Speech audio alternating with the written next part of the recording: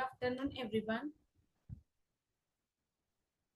Good afternoon, everyone. Today we are here to present the ISC presentation of computer architecture. Good afternoon, everyone. Today we are here to presentation of computer architecture, and the topic name is structure of general purpose multiprocessor. Introduction. Multiprocessor are the computer system that should have uses multiple processing unit that should have worked together to execute multiple process simultaneously. It should have enhanced the performance and efficiency, and they should have used for the task with vital connections, centers, computing system, real-time application, etc. Component of general purpose multiprocessor are processor, memory units, interconnection, and there are the interconnection. There are the type bus, crossbar, etc., mesh or ring. First is a processor. The processor that should have independent on the threads or the processing. There are types of processor are the homogeneous system, heterogeneous system, and the different processor and the task that may have used. The memory modules are shared memory and private memory. Shared memory that should have accessed by all of the us, and the private memory that should have each to access the memory, etc. Interconnection may be bus type, crossbar, and mesh and ring. Bus means it should have simple and the limited scalability. Crossbar means they should allow for the multiple and the simultaneous connection. Mesh or ring, that is, it should have more complex, but its performance and scalability is very good. Symmetric multiprocessing. There are the two types of the multiprocessing model. First is a symmetric multiprocessing and the asymmetric multiprocessing.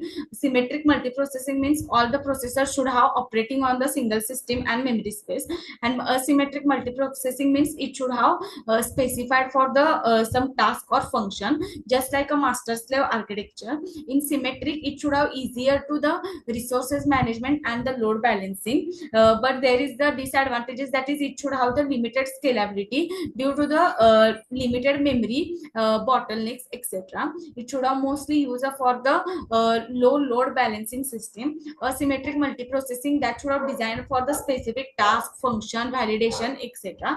It should have works like as a master slave architecture. There is a slave architecture that should have written the program, and then the master that should have operate this condition, uses the it should have user for the real-time system processing. Advantages that should have efficient for the specialized task and reduces the contention. Scalability and the performance consideration. There are the factors that should have depend upon the scalability and performance consideration. First is the factors affecting on scalability. The memory bandwidth limits as more processor are added. Interconnect latency impacting on the communication speed.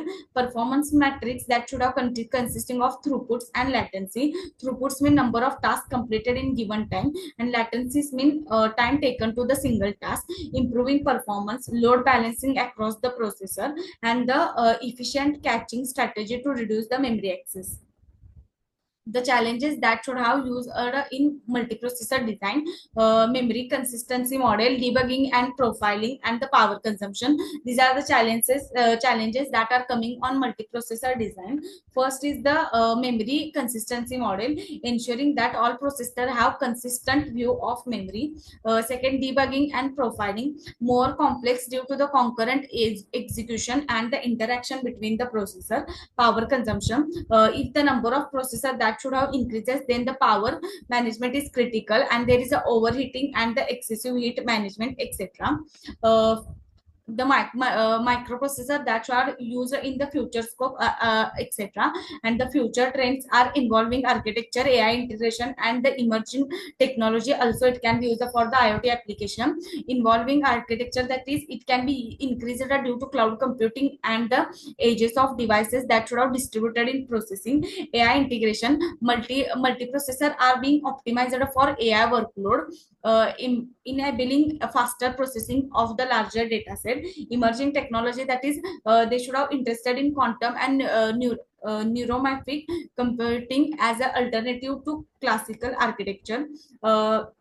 at the end of the presentation, multiprocessor are a physical plays a crucial role in enhancing computing power and the efficiency across various applications. They should have used to grow multiprocessing and essential to handle complex computation that should have encouraged for the multiprocessing architecture and the implication for the future technology. Thank you.